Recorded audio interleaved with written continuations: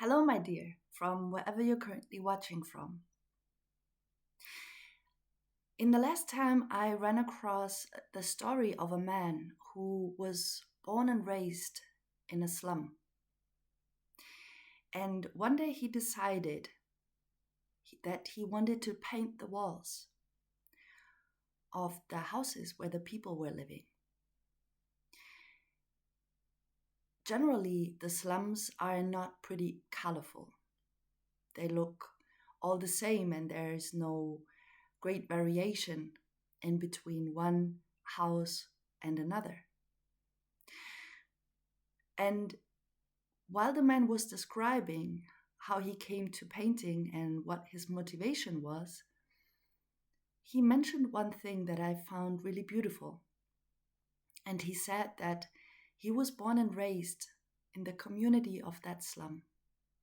And so he decided that he wanted to give something back to the community. And that's why he decided to paint the walls, to make it more colorful.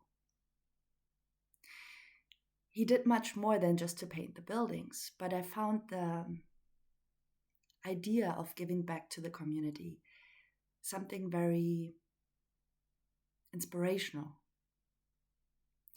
And so I wanted to remind all of us that there are things that we can also do for our community.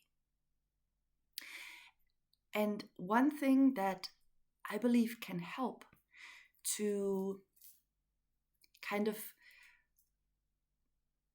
get a grip of the idea of what community means to us, each on an individual basis, I think that it can be helpful to put ourselves in the shoes of somebody else. So if you go outside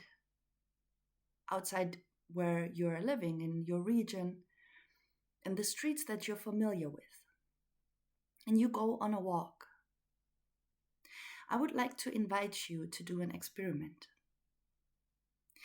And just imagine how that same streets, how that same way that you're walking would look like for somebody in a wheelchair.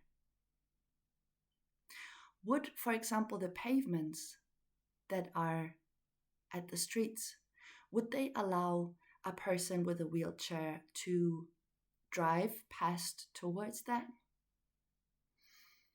And how would that same location, that same street, reflect back on a 3-year-old girl who might be using that same way with her mother?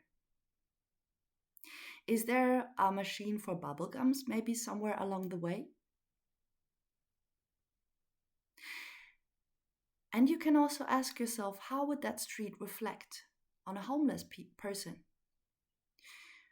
Are there any sections where you can find shelter from the wind?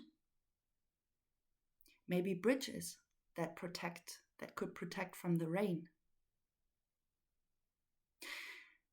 Those are some questions you can start to do that experiment. And I believe that once you do that, it will get easier not only to discover your own region in a new light, but also to think about what you can do for your community in your region where you have been born and raised too, or just basically where you're currently living.